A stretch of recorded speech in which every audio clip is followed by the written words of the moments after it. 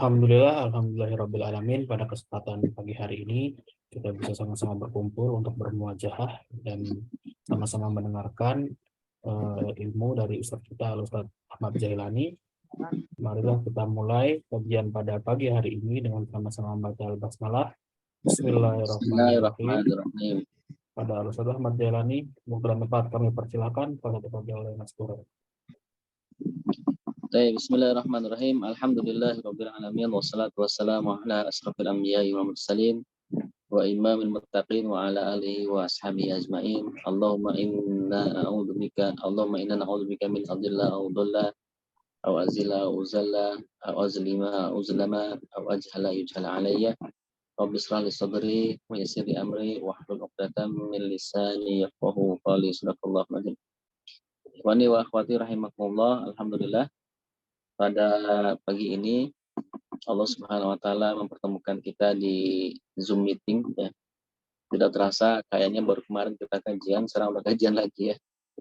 Jadi memang hari ini tak terasa ya. Makin hari akhir zaman ini makin tidak terasa waktu berjalan. Ibarat kata kalau kita berangkat ke suatu tempat yang baru, itu perjalanannya kan kayak lama gitu kalau berangkat gitu ya. Tapi ketika kita pulang, nah itu sebentar. Nah, jadi seperti seolah-olah sebentar. Baru kita nyampe mana sudah nyampe mana. Jadi ibarat kata dunia ini bukan baru lagi. Bumi ini tidak baru lagi. Ya. Bumi ini atau usia dunia ini sudah tua.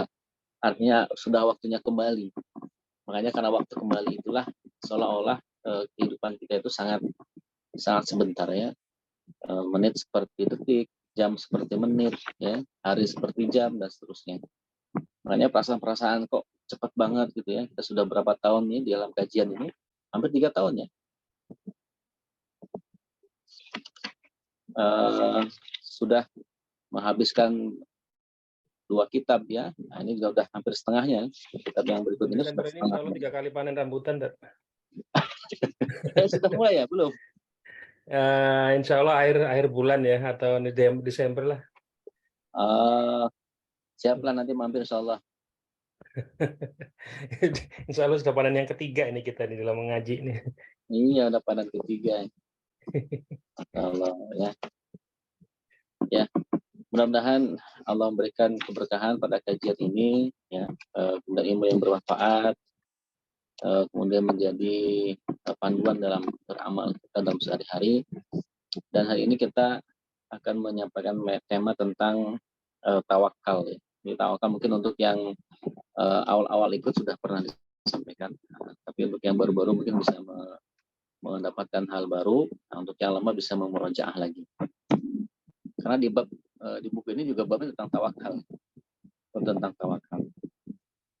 Nah, mungkin kalau kita melihat sebagian masyarakat Islam di Indonesia khususnya, itu memahami tawakal itu kan seperti di akhir, di ujung. Ketika pesimis, ya sudah tidak bisa lagi mengerjakan sesuatu, gitu ya. Kemudian dibilang ya sudahlah kita tawakal aja.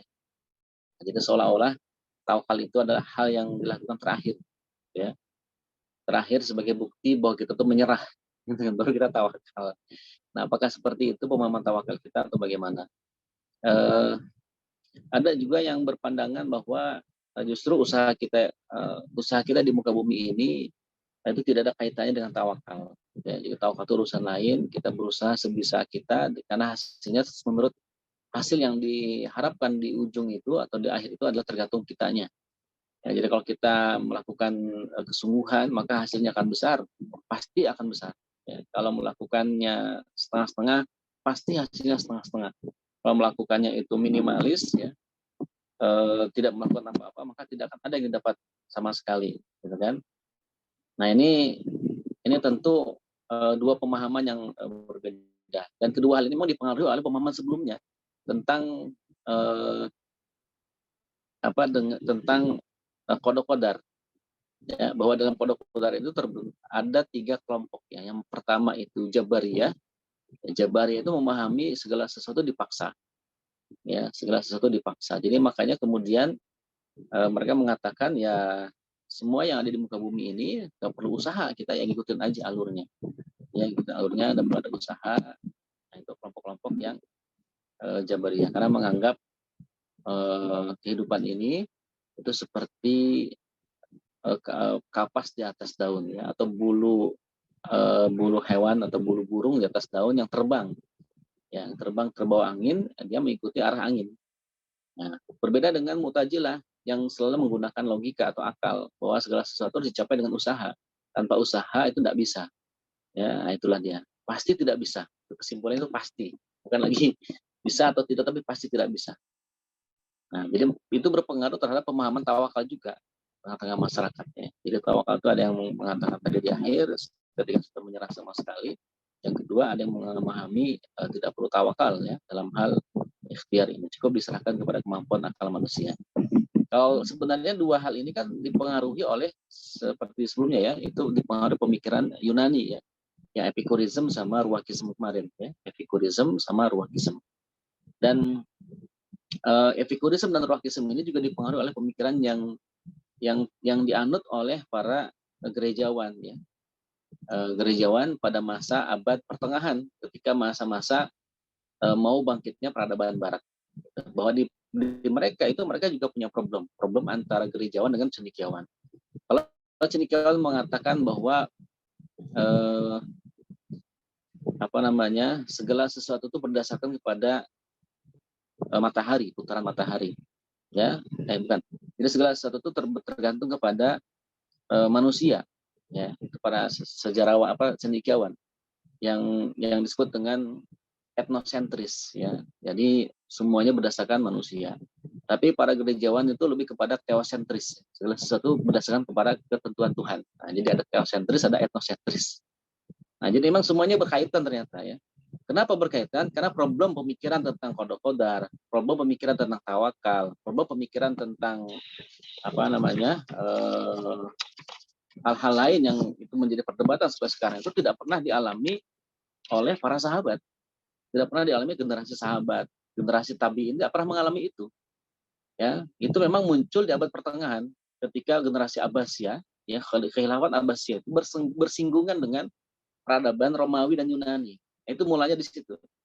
Ya. Sebelumnya nggak pernah ada pembahasan di tengah-tengah sahabat itu tentang masalah tawakal, dalam pengertian bahwa mereka bingung dengan tawakal, dengan konsep tawakal. Kemudian perdebatan tentang konsep rizki, perdebatan tentang konsep qada qadar itu nggak pernah ada. Ya. Di perdebatan itu muncul ketika kaum muslim itu bersentuhan dengan peradaban Yunani. Ya. Yang kalau kita telusuri dalam beberapa buku sejarah, ya, Yunani, kebetulan saya waktu S2 itu pernah belajar peradaban itu, ya, ada bukunya itu oleh dosen profesor doktor siapa saya lupa, bukunya ada di situ tentang perjalanan filsafat, ya, dari mulai awal sampai ada 2 jilid, ya, bukunya itu. Waktu S2 di UI kan mau tidak mau belajar begituan. Itu di situ disampaikan memang di peradaban Yunani Romawi itu memang ada itu, ya, kelompok-kelompok yang tadi teosentris, etnosentris, geosentris, kemudian juga epikurisme, ruwakisme, ada satu lagi kelompoknya lupa itu namanya, tapi yang lebih kentara itu ya dua itu, ruwakisme sama epikurisme. Nah, itu mempengaruhi cara berpikir umat Islam. Awalnya mereka itu sebenarnya mencoba untuk memahami pemikiran Yunani itu untuk membantah pemikiran mereka, ya, untuk membantah pemikiran mereka. Tapi lama-lama mereka menggunakan metode berpikir mereka. Akhirnya muncullah istilah-istilah yang sebenarnya itu digunakan oleh orang-orang Yunani tapi diislamisasikan. Seperti misalkan kelompok Jabariyah, kelompok Mu'tazilah. Nah, sebenarnya nama-nama Jabariyah, kemudian Mu'tazilah itu kan nama yang disematkan bukan oleh mereka sendiri. Ya, itu orang menyebut mereka apa? Ya, Jabariyah kenapa? Karena Jabar itu kan artinya memaksa. Nah, jadi istilah Jabar itu kan ya Jabar itu kan yang maha memaksa. Jadi beranggapan bahwa kelompok Jabariyah ini kan beranggapan bahwa segala sesuatu dipaksa oleh Tuhan, oleh Allah Subhanahu wa taala. Semua dipaksa. Manusia cuma nurut aja gitu. Semua kejadian di muka bumi ini tidak ada pilihannya. Ya, termasuk maksiat, termasuk menjadi ahli maksiat, ahli taat, itu semua dipaksa oleh Allah. Masing-masing manusia itu sudah ditetapkan itu menjadi ahli-ahli apa dan sebagainya. Itu kelompok Jabariyah yang didirikan oleh Jaham bin Safwan, gitu ya. Jaham bin Safwan. Ada Mu'tazilah. Kenapa disebut Mu'tazil? Dari kata i'tajala. I'tajala itu kan gara-gara atau siapa namanya itu? Wasil bin Atha, ya. Wasil bin Atha kan pendiri Mu'tazilah. Itu pindah, i'tajala, berpindah, i'tajil, berpindah dari majelis taklimnya Imam Hasan Basri. Jadi pas ada kajian halaqah dengan Imam Hasan Basri, sampai kepada pembahasan tentang posisi orang yang berdosa bagaimana, dosa besar apakah masuk neraka selalu atau pindah ke surga atau di tengah-tengah gitu. Nah, Wasil bin Atha punya pandangan yang berbeda. Kemudian dia i'tajil, pindah dari majelis taklimnya Hasan Al-Basri, Imam Hasan Al-Basri ke sendirian, dia membentuk kelompok sendiri dengan orang-orang yang setuju dengan dia. Nah, makanya disebut dengan Mu'tazilah. Mu'tazil itu orang yang pindah gitu. Nah, itu istilah-istilah begitu tuh ada sejarahnya ya. Nah, jadi muncullah konsep-konsep yang menjadi rancu sampai sekarang. Ya, konsep tawakal, konsep qada-qadar, konsep rizki, konsep kematian dan sebagainya. Ini debu-debu pemikiran yang terbawa dari peradaban lain yang diadopsi oleh kaum muslimin dan terjadi infiltrasi. Infiltrasi itu penggabungan ya antara peradaban yang bukan Islami bergabung menjadi peradaban yang dicocokkan dengan peradaban Islami. Nah, walaupun demikian, ini menarik ya, menarik menurut tulisannya Imam Asy-Syahrastani ya dalam kitab Al-Milal wa Nihal, beliau juga membahas tuh kelompok-kelompok ini. Kalau kita memahami Mu'tazilah itu kan kafir ya, Mu'tazilah itu kafir, sesat, Jabariyah juga kafir, sesat. Karena yang benar itu Ahlussunnah wal Jamaah. Nah, nama Ahlussunnah wal Jamaah itu sebenarnya kan nama yang, nah kalau ini beda. Kalau Mu'tazilah, Jabariyah itu nama itu diberikan oleh orang lain, kalau Ahlussunnah wal Jamaah itu diberikan oleh mereka sendiri. Nah, yang mendirikan mazhab inilah menyebut namanya Ahlussunnah wal Jamaah. Siapa yang mendirikan kelompok ini? Yang mendirikan adalah Imam Al-Asy'ari atau Al-Dada Maturidi. Nah, makanya dikenal Imam Asy'ariyah, Maturidiyah. Nah, dua orang itu tuh yang menggawangi pemahaman Asy'ariyah disebutnya atau disebut dengan Ahlussunnah wal Jamaah. Nah, ini dalam sejarahnya begitu. Nah, Imam Asy-Syahrastani itu membahas hal itu, kemudian menyebut bahwa ketiga kelompok ini sebenarnya masih muslim. Jabariyah itu masih muslim. Mu'tazilah juga muslim. Asy'ariyah itu juga masih muslim. Jadi tidak ada yang sesat menurut beliau, tidak ada yang kafir di antara mereka. Alasannya kenapa? Menurut Imam Asy-Syahrastani, karena mereka masih menggunakan Al-Quran As-Sunnah sebagai argumentasinya. Gitu. Dan masih mengakui bahwa Nabi Muhammad itu Nabi terakhir, Allah sebagai Tuhan yang Esa satu. Jadi rukun imannya nggak cacat. Gitu kata Asy-Syahrastani begitu. Hanya permahalan konsep cabang akidah saja dalam konteks qada-qadar itu aja yang sedikit ada beda gitu. Tapi faktanya mereka juga membangun argumentasi itu dari Al-Quran dan As-Sunnah. Gitu. Bukan dibangun dari metode berpikirnya Yunani. Gitu. Nah, justru menurut Imam Al-Ghazali, yang sesat itu justru para filosof muslim. Bahkan beliau menyebutkan mereka itu sudah murtad dari Islam. Ya. Nah, ini tidak apa-apa ya, karena udah pada tahu ya, kita sudah pada besar lah, kita coba ungkap di sejarahnya. Itu lucu, menarik sebenarnya kajiannya itu. Jadi menurut Imam Al-Ghazali, yang sesat dan kemudian murtad itu adalah para filosof muslim. Ya, kenapa? Karena mereka para filosof muslim ini tidak lagi menggunakan Al-Quran As-Sunnah sebagai fondasi berpikirnya. Mereka menggunakan metode berpikir Yunani. Gitu. Beberapa konsep-konsep pemikiran Aristoteles, Plato itu diadopsi oleh mereka, diadopsi, diyakini, bahkan diajarkan. Nah, siapakah filosof muslim itu banyak? Seperti misalkan Ibnu Sina, ya itu tuh. Kemudian sebelum masa Imam Al-Ghazali ada Ibnu Sina, kemudian itu lupa namanya ya. Pokoknya angkatan-angkatannya beliau lah. Ya. Nah, makanya beliau kemudian menulis satu buku. Nama bukunya itu Tahafut Al-Falasifah. Nah, itu tuh bukunya. Anda punya bukunya. Jadi kerancuan berpikir para filosof. Nah, beliau mengkritik tuh. Ya, pola berpikirnya, cara berpikirnya Imam Al-Ghazali. Ya, Tahafut Al-Falasifah. Nah, setelah beliau wafat muncullah generasi berikutnya Ibnu Rushd.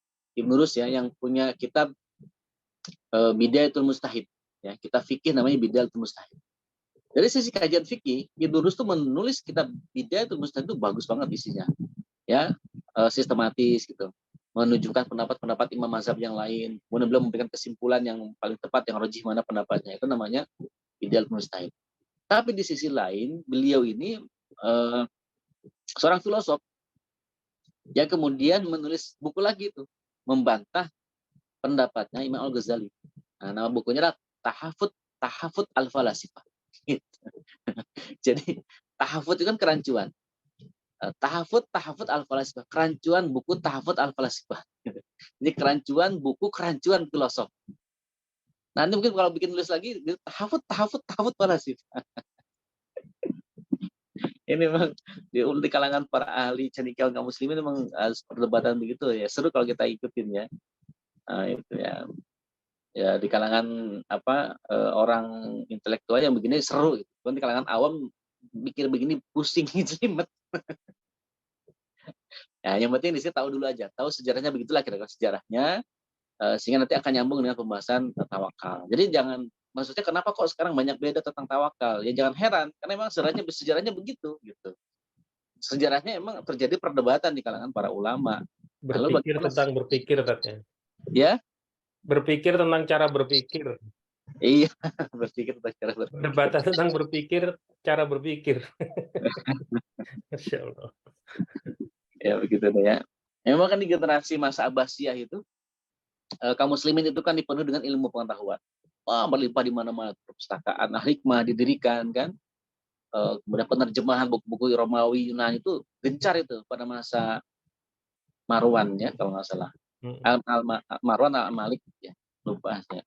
Yang mendirikan perpustakaan Al-Hikmah, yaitu perpustakaan itu di Baghdad. Ya. Di masa-masa Abbasiyah itu masa-masa ilmuwan tuh mendapatkan tempatnya, dan masa perdebatan, banyak perdebatan macam-macam. Sampai kemudian pada masa Harun ar-Rasyid itu, kan Harun ar-Rasyid itu punya kebiasaannya. Jadi setiap setahun sekali itu, setiap 2 tahun sekali melakukan futuhat. Nah, di tahun pertama itu futuhat, tahun kedua haji. Tahun ketiga futuhat, tahun keempat haji. Itu tuh Harun ar-Rasyid. Nah, karena punya agenda futuhat ke daerah-daerah di luar Abbasiyah, sampai kemudian Harun ar-Rasyid itu kesulitan nyari pasukan, nyari tentara. Kenapa? Karena kaum muslimin yang ada di Baghdad atau di daerah Abbasiyah itu sudah sudah sibuk dengan perdebatan itu. Sudah enggan lagi untuk ikut berperang, ikut jihad. Sehingga kemudian Harun ar-Rasyid merekrut para budak dari Turki. Nah, dari Turki, orang-orang Turki. Direkrut oleh Harun ar-Rasyid, dididik tuh, dibina militernya, agamanya, pengetahuannya, dididik tuh. Ya. Sampai terbentuklah pasukan Mamalik, ya. Namanya pasukan Mamalik, itu pasukan dari para budak. Ya. Nah, nanti ini Mamalik ini sebagai generasi awal Turki Utsmani nanti. Generasi awal kekhilafahan Turki Utsmani. Ternyata Turki Utsmani itu dibangun dari para budak awalnya. Kan Masya Allah ya. Dalam Islam itu nggak lihat posisi. Kalau dia mampu, ya mampu aja memimpin ya. Nah, itu.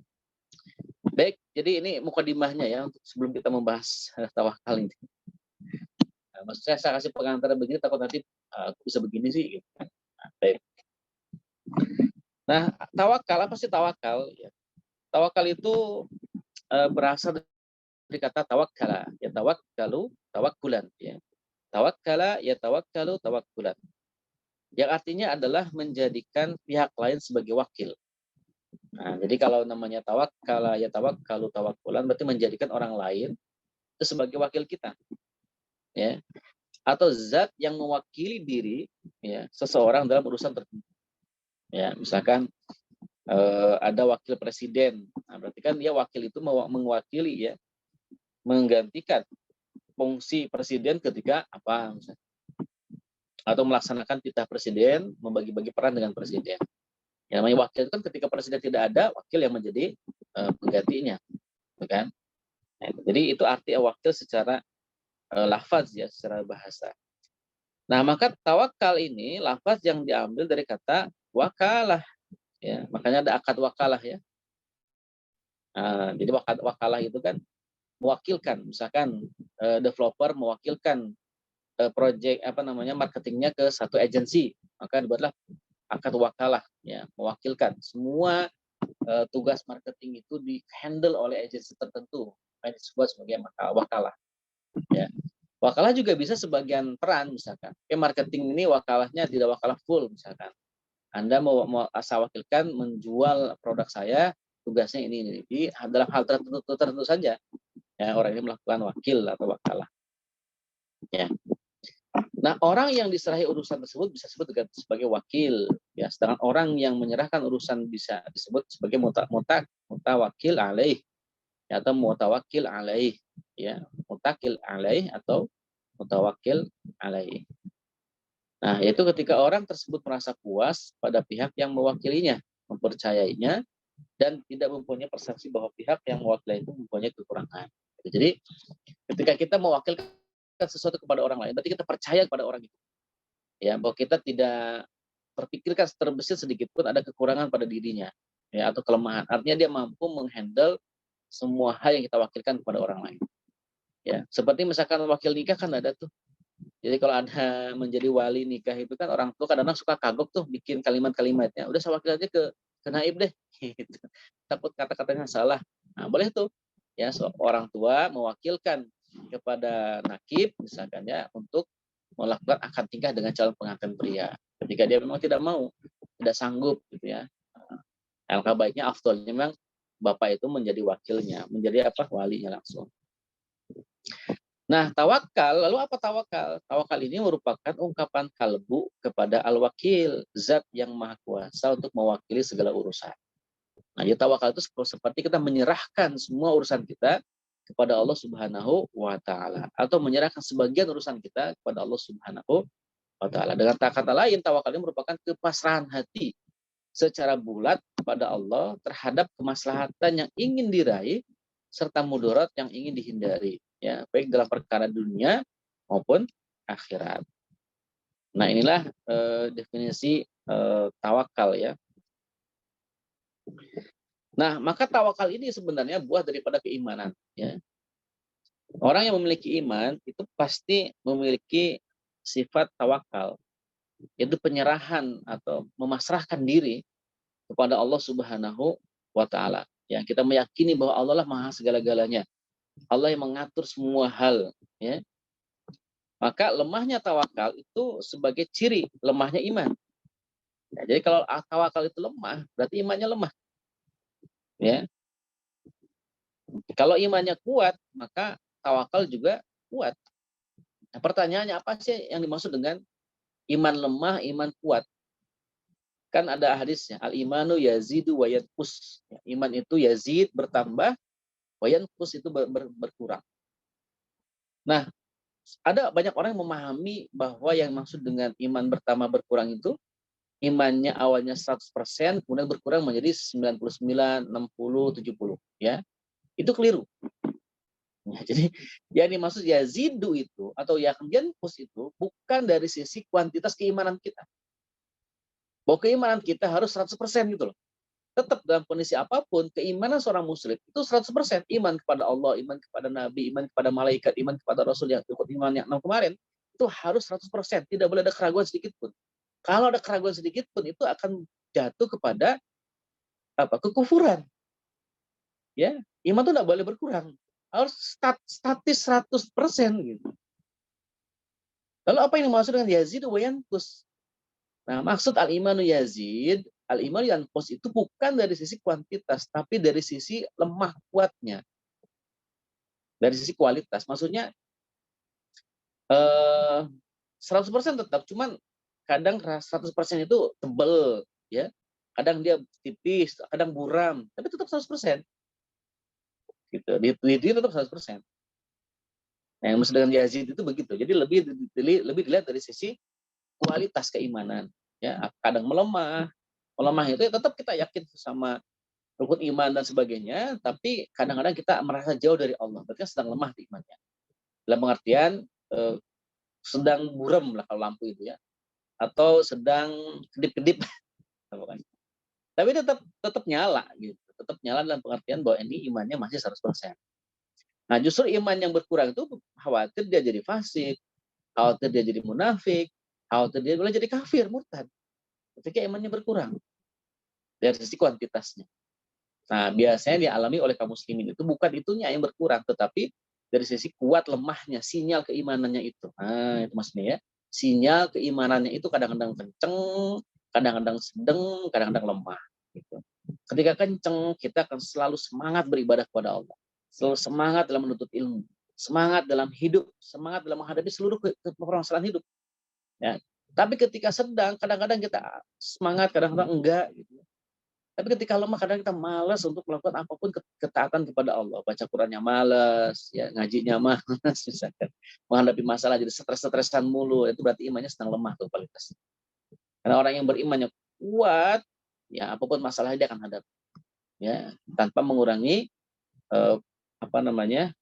porsi ibadah dia kepada Allah Subhanahu wa taala, tanpa mengurangi porsi belajar dia kepada Allah Subhanahu wa taala. Maksudnya belajar menuntut ilmunya Allah Subhanahu wa taala. Nah, itulah. Nah, makanya kemudian tawakal ini dipengaruhi oleh lemah kuatnya iman. Ya. Makanya kemudian Imam Al-Ghazali ya, dalam kitab Ihya Ulumuddin itu mengkaitkan antara tawakal dengan tauhid. Tauhid itu ada hubungannya dengan tawakal dalam satu pembahasan. Ya, karena masalah tawakal ini merupakan masalah hati, masalah pikiran, dan masalah keyakinan. Sementara keteguhan hati dan kekuatan iman seseorang ditentukan oleh kejelasan makna pemikiran mengenai zat yang diyakini. Baik yang mengenai zat maupun sifatnya, maka usaha untuk membangun sikap tawakal yang benar dan kuat adalah dengan memperjelas makna pemikiran tersebut. Mana tawakal itu? Nah, biar tawakal kita kuat, maka kita harus memperjelas apa makna tawakal itu. Nah, secara bahasa tadi sudah. Ya. Nah, kesimpulannya dari penjelasan tadi bahwa tawakal itu adalah masalah hati, masalah pikiran, masalah keyakinan. Gitu ya, itu tawakal itu. Ya, mafhumnya begitu.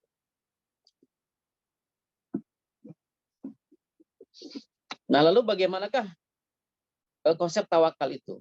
Makna konsep daripada tawakal, makna pemikiran dari konsep tawakal.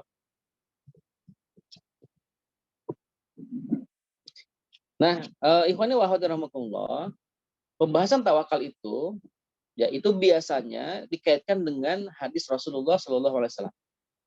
Ya, lebih tepatnya adalah hadis yang diriwayatkan oleh Umar bin Khattab radhiyallahu anhu. Ketika Umar bin Khattab itu melihat ya beberapa sahabat yang tidak mengikat unta dengan tali itu. Ingat ya hadisnya ya. Ya, ada unta yang tidak diikat, kemudian Umar bin Khattab mengkritisi pemahaman sahabat. Kenapa Anda tidak ikat unta ini? Ya, bukankah engkau harus mengikat unta ini? Kata Umar sahabat yang lain, enggak, kami sudah bertawakal kepada Allah. Ngapain diikat lagi? Maka kata Umar bin Khattab, ikat dulu baru tawakal. Ikat dulu baru tawakal. Ittaqilha fatawakal 'ala Allah. Nah, hadis ini sebenarnya memahami bahwa ya hadis ini sebenarnya ya bukan difahami sebagian orang gitu. Bahwa tawakal itu ketika orang tawakal itu tidak perlu melakukan hukum kausalitas.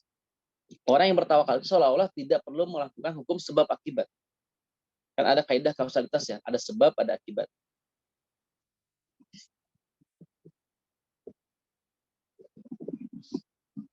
Nah, ini sebagian orang berpandangan seperti itu. Tetapi justru ya hadis ini menjustifikasi bahwa setelah bertawakal seseorang tidak perlu lagi berikhtiar, katanya begitu. Ya. Karena pemahaman seperti inilah kemudian cita-cita kaum muslimin menjadi lemah. Kemauannya tidak kokoh. Pandangan hidupnya juga menjadi sempit. Akhirnya terbersit dalam benak mereka bahwa kemampuan mereka terbatas. Serta tidak bisa melakukan sesuatu kecuali apa yang nampak di depannya. Ya. Karena pemikiran seperti inilah kaum muslimin saat ini tidak bisa maju dan meraih cita-cita besar yang diperintahkan oleh Islam. Ini mafhum tawakal yang pertama dari hadis itu.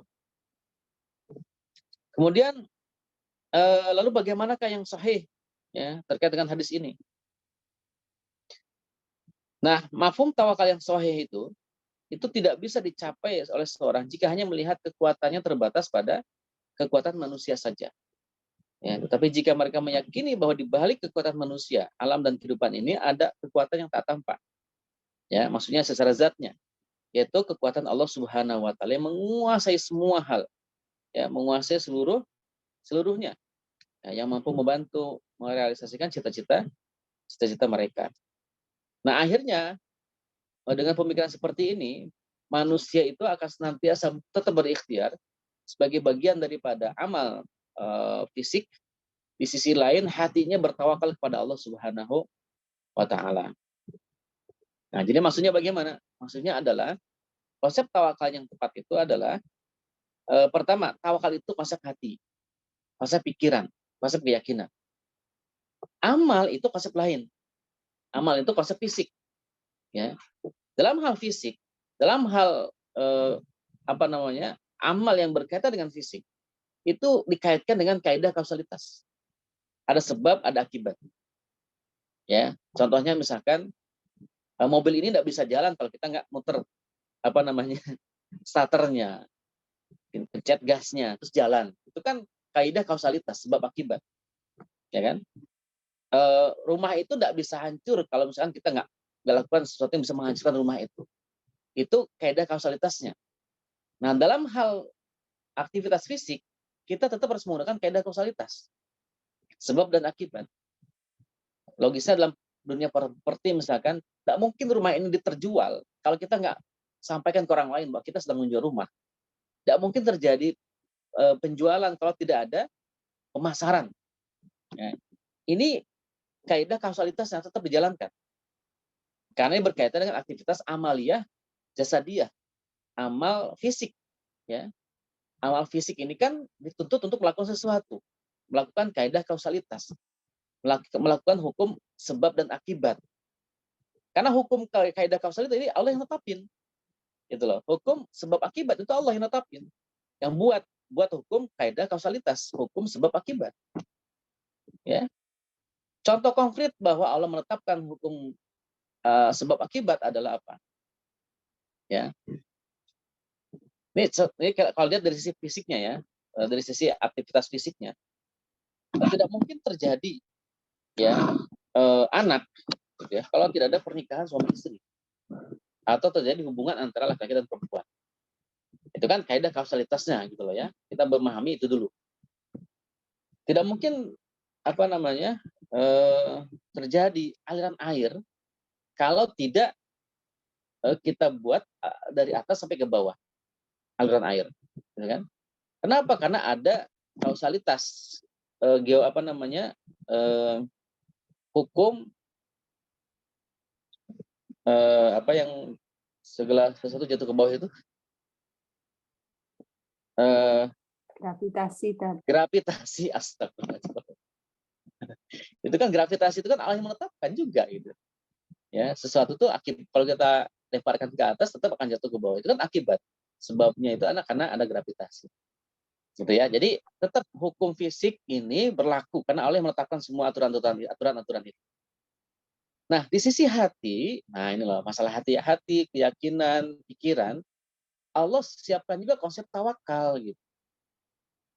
Ya. Jadi apapun usaha yang kita lakukan, itu semuanya harus kita pasrahkan kepada Allah. Sejak kapan? Sejak awal sampai akhir. Tidak hanya di awal, tidak hanya di tengah atau di akhir. Ya, makanya kan dalilnya itu faida azamta fatawakkal 'ala Allah. Jika engkau berazam sesuatu, kan azam itu di awal gitu. Berkomitmen, membuat rencana atau berazam dalam suatu amal, maka fatawakal, langsung tawakal. Karena kata fa di situ tuh tidak ada jeda ya. Fa itu kan huruf ataf nih kalau belajar bahasa Arab ya. Fa itu huruf ataf, ada fa, ada waw, ada summa. Itu grade-nya beda tuh. Kalau fa itu barengan. Fa iza azamta fatawakal, langsung mubasyaratan. Tidak ada jeda sedikit pun. Ibarat kata kalau kita buat kalimat jaa Ahmad fa Zaidun. Telah datang Ahmad maka Zaid. Maksudnya apa? Ahmad Zaid barengan. Tidak ada jeda. Tapi kalau kita menggunakan kalimat jaa Ahmadu wa Zaidun pakai wa misalnya. Itu Zaidnya datang, baru kemudian Ahmad. Belakangan ada jeda di antara Zaid dan Ahmad, datangnya itu nggak barengan. Apalagi kalau kalian menggunakan kalimat summa, itu jedanya panjang gitu. Ja'a Zaidun summa Ahmad. Zaid datang. Lama baru datang Ahmad. Waktunya nggak dibatasi. Artinya antara Zaid dan Ahmad tidak ada yang menyela, tetapi jarak kedatangan Ahmad itu lebih jauh dibandingkan Zaid kalau menggunakan kalimat summa. Nah, ini pakai fa. Nah, fa itu berarti lebih awal, maksudnya barengan. Fa idza azamta fatawakkal 'ala Allah. Jadi azam apa tawakal itu kita serahkan kepada Allah semuanya sejak awal. Ya. Bangun proyek misalkan, buat perencanaan, buat organizingnya, buat controllingnya dan sebagainya, semua hal kita lakukan lah secara ikhtiarinya. Nah, tapi sejak awal kita serahkan kepada Allah. Nah, kalau dengan demikian, insya Allah apapun hasilnya itu tidak akan mempengaruhi keimanan kita. Ketika berhasil, kita tidak jumawa, tidak sombong, tidak besar kepala, tidak menyepelekan. Kalaupun misalkan gagal, itu kita tidak akan kecewa, tidak akan sampai stres, depresi, ya biasa-biasa saja. Namanya juga hidup, kan begitu. Nah, itu yang diinginkan oleh Islam itu. Jadi balance gitu. Ikhtiarnya sudah sekuat tenaga ikhtiar kita sudah kita lakukan, dan ketika tidak berhasil, ya sudah. Berarti kaidah kausalitasnya nggak jalan. Siapa yang membuat tidak jalan? Ya Allah. Ya, karena yang bikin kaidah kausalitas adalah Allah. Kita hanya mengikuti alur itu. Ya, tapi siapa yang menentukan? Yang memilih memilih untuk melakukan kaidah kausalitas? Ya kita. Kenapa? Karena Allah wajibkan kita untuk melakukan ikhtiar, melakukan aktivitas kaidah kausalitas. Gitu ya. Jadi ini ya konsepnya begitulah sederhananya, gitu. Biar gampang dimudahi. Nah, apa dalil-dalilnya? Ini ada dalil-dalil ya. Tawakal kepada Allah ini telah dinyatakan dengan tegas oleh nas Al-Qur'an yang qat'i. Misalkan dalam surah Ali Imran ayat 160 ya. A'udzubillahi minasyaitonir rajim yang surkum ya. Yang surkumullahu fala ghaliba lakum wa in yakhdhulkum faman dzal ladzi yansurukum min ba'dihi wa 'alallahi falyatawakkalul mu'minun ya. Jika kamu ditolong oleh Allah, maka tidak akan ada yang mampu mengalahkan dan menghinakan kamu. Maka siapakah yang dapat menolong kamu setelah pertolongan Allah? Dan kepada Allah lah orang-orang yang beriman hendaknya bertawakal. Ya, jadi ketika orang-orang beriman itu berusaha untuk melakukan perintah Allah, ini kan konteksnya perang ya. Ketika berperang itu dia berusaha, ya, kemudian Allah yang menolong mereka. Ya. Tetap pertolongan itu tetap berasal dari Allah Subhanahu Wa Taala. Karena menurut logika, gitu loh, perang Badar itu kan 300 melawan ribuan pasukan itu kan jauh, ya kan. Tapi kemudian karena keyakinan kaum muslimin berserahkan diri kepada Allah, di sisi lain mereka juga sudah berusaha menyiapkan segala-galanya sesuai dengan mastata'atum tadi, sesuai dengan kemampuan mereka. Ya, bahkan mereka juga menggunakan baju besi. Rasul juga pakai baju besi itu perang. Ya, pakai baju besi, nyiapin senjata, nyiapin strategi. Itu kan kaidah kausalitas dilakukan oleh Rasulullah dan para sahabatnya. Nah, tapi semuanya diserahkan kepada Allah Subhanahu Wa Taala. Gitu. Tadi yang kalimat faida azam itu dalam surat Al-Imran ya, Ali Imran ya, dalam surat Ali Imran 159. Faida azamta fatawakkal 'ala Allah, innallaha yuhibbul mutawakkilin ya. Dan jika kamu mempunyai azam, maka bertawakallah kepada Allah.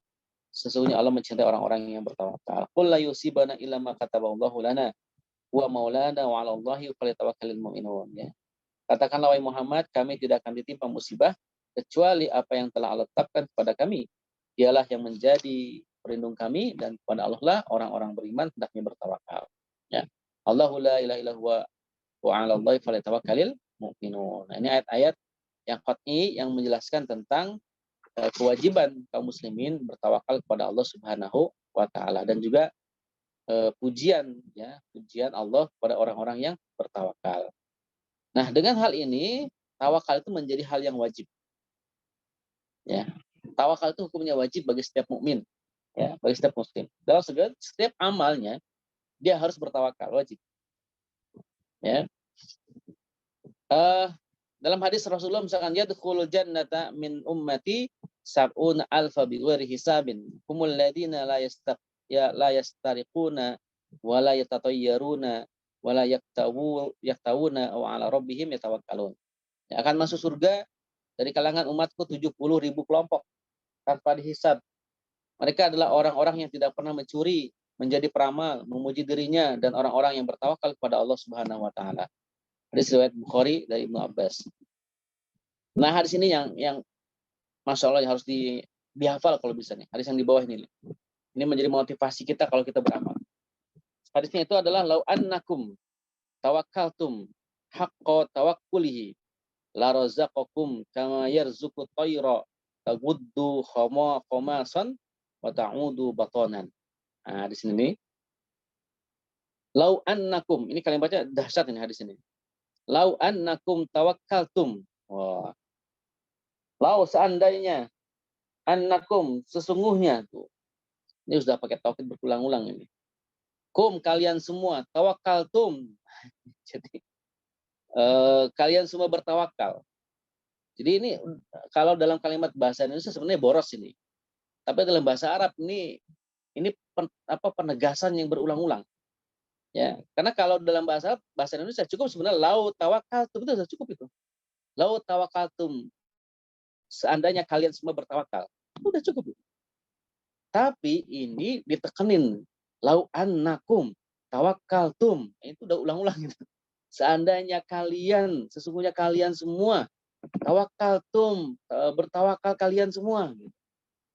Nah, ini kum yang satu kum, yang satu tum kan domennya antum semua ini. Artinya kalian. Ya. Hakko, sudah itu tambah hakko lagi. Tawakkulihi. Ya, sebenar-benar tawakal. Ya. Laro, ini jawabannya nih. Pakai la ya. La rozaqakum, ya. Maka sungguh Allah akan memberikan rizki kepada kalian kama yarzuqu, sebagaimana Allah berikan rizki at-tayra, burung taguddu yang berangkat itu dalam khomason, keadaan perut kosong, wa ta'udu, dan ketika kembali batonan, perutnya kenyang. Ya, Masya Allah ini. Allah memisalkan hadis ini, Rasulullah memisalkan hadis ini dengan burung. Ya, itu hewan yang nggak punya akal. Burung aja ya terbang pagi perut kosong, pulang udah kenyang. Nah, kalau kita pahami hadis ini, itu kita pertama itu harus betul-betul tawakal sejak awal. Coba perhatikan, ini kan sejak awal ini. Ya. Yang kedua, kita tetap berusaha. Buktinya apa? Burung itu kan terbang dulu. Nggak diam di sarang gitu. Diam gitu. Terus tiba-tiba perutnya kenyang. Kan dia terbang dulu. Terbangnya itu usaha dia. Terbang pagi hari, kemudian pulangnya sore hari. Gitu kan? Dalam kondisi kenyang. Artinya apa? Ada usaha. Usaha itu membutuhkan waktu, membutuhkan tenaga, energi. Itu kan burung itu kan terbang pakai sayap, melewati berbagai macam jarak. Jarak itu ada waktunya. Ada waktu, kemudian dia kembali lagi. Nah, itu ibarat kata ya kita lah ya, para laki-laki terutama yang wajib bekerja ya, berangkat pagi, pulang malam ya lihat matahari. Jadi apa namanya? Itu ikhtiar kita ya. Insya Allah kalau kita jalaninya dengan ikhlas ya, bahwa ini semua sebagai sebuah kewajiban gitu ya. Memang mencari nafkah itu kan bagi laki-laki satu kewajiban. Ya, kewajiban kita untuk menafkahi diri sendiri, ya, menafkahi orang lain gitu.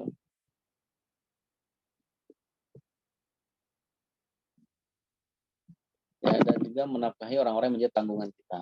Ya. Nah, itulah makanya ada salah satu dosa yang tidak bisa dihapus katanya, kecuali dengan amalan bekerja. Nah, memang ada yang bilang hadisnya dhaif katanya.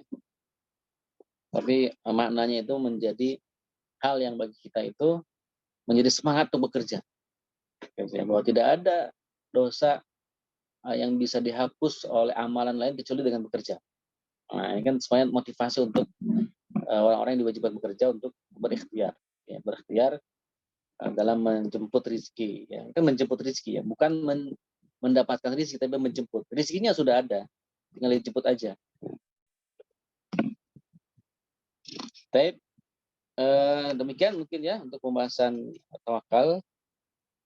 Kesimpulannya ya ada 3 hal yang perlu kita pahami ya terkait dengan tawakal. Yang pertama adalah hadis hadis yang iqilha wa tawakal, yaitu yang berarti ikatlah untamu dan bertawakallah, itu adalah tema pembahasan yang berkaitan dengan kewajiban melakukan hukum sebab akibat, bukan kewajiban bertawakal. Ya. Sementara jika ada nas tertentu telah menjelaskan tema pembahasan yang tertentu, ya, berdasarkan sebab urut atau sebab nuzulnya, maka nas tersebut tidak bisa digunakan untuk menjelaskan mana lain. Jadi hadis tentang iqilha wa tawakal itu berkaitan dengan pembahasan kewajiban melakukan sebab akibat. Sebab akibatnya apa? Mengikat unta itu dengan tali agar tidak lepas. Nah, huruf wawu yang dianggap sebagai wawu tartib yang menunjukkan urutan perintah sesungguhnya bukan merupakan huruf wawu tartib, ya, sehingga tidak bisa diartikan kerja dulu baru kemudian tawakal. Iqilha wa tawakal Allah. Nah, itu kan seolah-olah kan kerja dulu, ikat dulu baru tawakal. Itu bukan. Nah, kalau diartikan seperti itu, ya maka akan berseberangan dengan ayat yang menerangkan apa? Bahwa tawakal itu barengan dengan bekerja. Fa idza azamta fatawakkal 'ala Allah. Ya, itu menggunakan fa, ya. Fa itu menunjukkan apa? Beriringan, tidak berurutan. Gitu. Nah, demikian mungkin pembahasan tawakal, mudah-mudahan bermanfaat. Silakan jika ada yang mungkin belum bisa dipahami dari pembahasan tawakal ini, tafadhol. Baik, Ustaz, terima kasih atas pemaparan materi yang diberikan pada kesempatan pagi hari ini. Silakan teman-teman jika ada pertanyaan mungkin bisa ditanyakan atau diketik di kolom chat.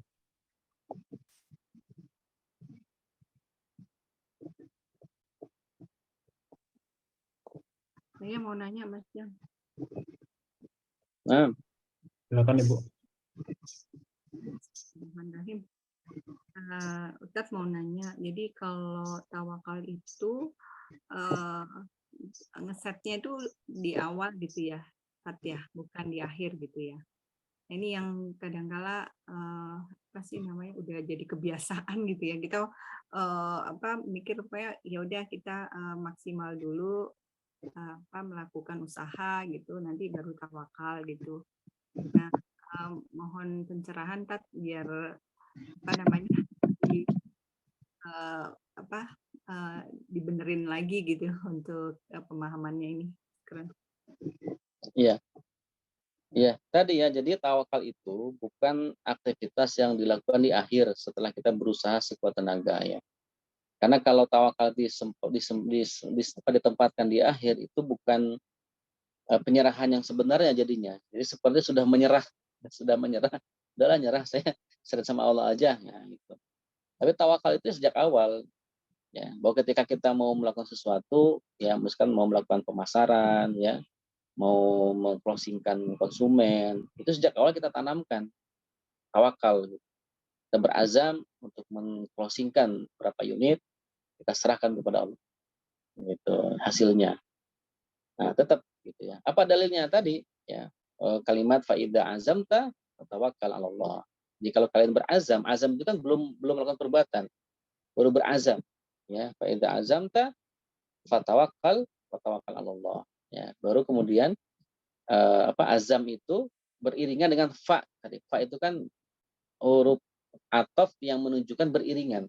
Faida azamta fatawakkal 'ala Allah. Azam dengan tawakal itu beriringan. Jadi dari awal sampai akhir perbuatan kita itu diserahkan kepada Allah Subhanahu wa taala. Yang pertama, yang kedua, ingat tawakal itu adalah aktivitas hati, ya, aktivitas hati kita dan keyakinan kita, gitu. Sehingga dengan tawakal diserahkan dalam aspek hati, itu kan nanti akan mempengaruhi rasa. Gitu. Ketika berhasil, rasa kita apakah akan sombong? Ketika gagal, apakah rasa kita kemudian menjadi suudzon kepada Allah? Ya kan? Kan khawatirnya kita kalau tawakalnya itu di ujung, itu jadi suudzon sama Allah. Ya Allah, gimana sih? Aku udah berusaha kok nggak hasil gitu kan? Ingat bahwa hasilnya itu ya Allah yang menetapkan tetap gitu. Tapi tetap ya yang amalan fisiknya tetap kita berpangku kepada hukum kaidah kausalitas. Itu hukum sebab akibat. Ya kan, kalau mau terjual ya dipasarin, ya kan. Kalau mau laku ya diapain gitu kan. Itu kan kaidah kausalitasnya gitu. Itu belajar teknik ya, teknik marketing, teknik apa yang lain, manajemen misalkan, pengaturan, teknik harga atau teknik apapun lah itu ya. Itu kan kaidah kausalitas. Itu tetap harus dilakukan ya, karena sebagai bagian dari kewajiban kita dalam beramal gitu. Nah, jadi itu dalam aktivitas fisik. Nah, dalam hati kita tetap tawakal sejak awal, bukan di akhir.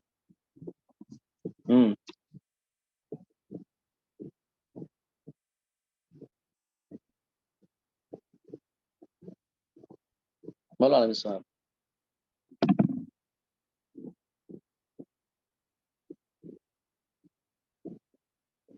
Baik, Ustaz, terima kasih atas jawaban yang diberikan. Mungkin jika ada pertanyaan lagi, satu lagi, silakan.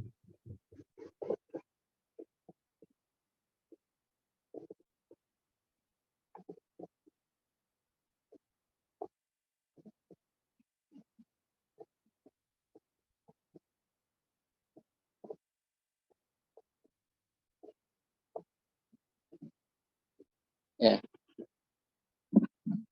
Kalau nggak ada, saya simpulkan sedikit ya. Jadi kesimpulannya begini tentang masalah tawakal itu. Jadi azam dan tawakal itu kan masalah hati ya. Ya, bagian dari aktivitas hati. Nah, aktivitas hati itu bagian atau wilayah akidah. Nah, itu wilayah akidah. Sementara kewajiban mengusahakan hukum sebab akibat atau faktor-faktor yang tercapainya tujuan itu masalah hukum syara. Ya, berkaitan masalah hukum syara.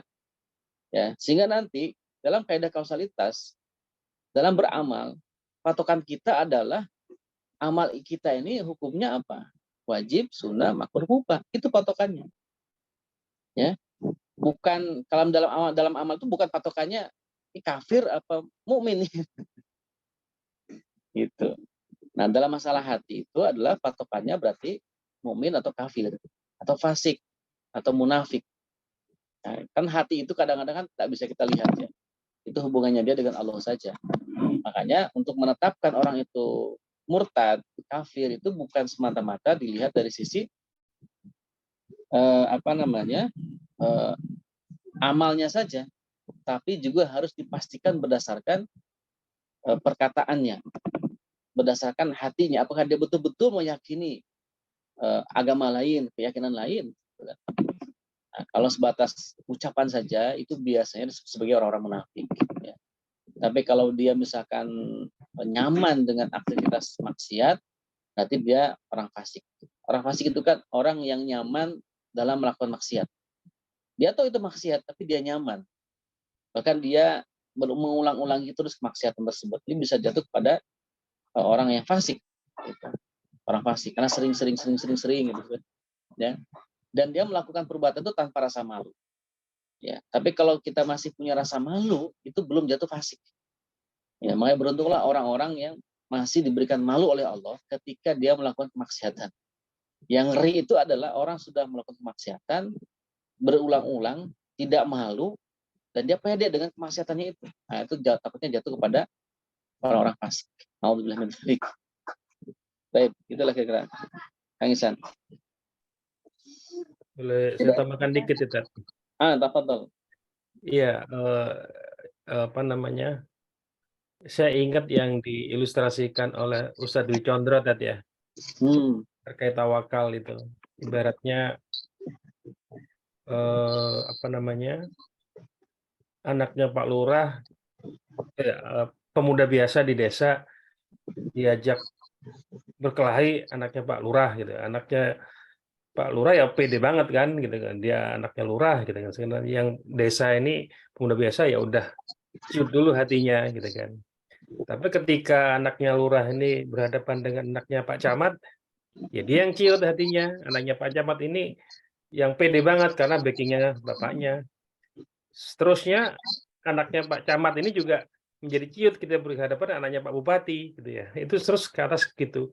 Artinya kita yang berjuang di properti syariah, backing kita siapa? Mas Wawan, Mbak Riri. Allah Subhanahu wa Ta'ala. Pantas nggak kita untuk ciut hatinya untuk memasarkan properti syariah? Tidak, Pak. Nggak pantas. Yakin dari awal gitu ya, Ustaz ya. Asal caranya benar, ya, tetap berlaku sunatullahnya itu dijual ke orang yang benar gitu loh. Kira-kira gitu tadi ya. Nah. Jadi Masya Allah. hati, yakin dulu bisa ini saya jualin gitu. Tapi kalau aduh susah nih, ya udah ketemunya sama orang-orang yang susah, orang yang under budget semua gitu loh.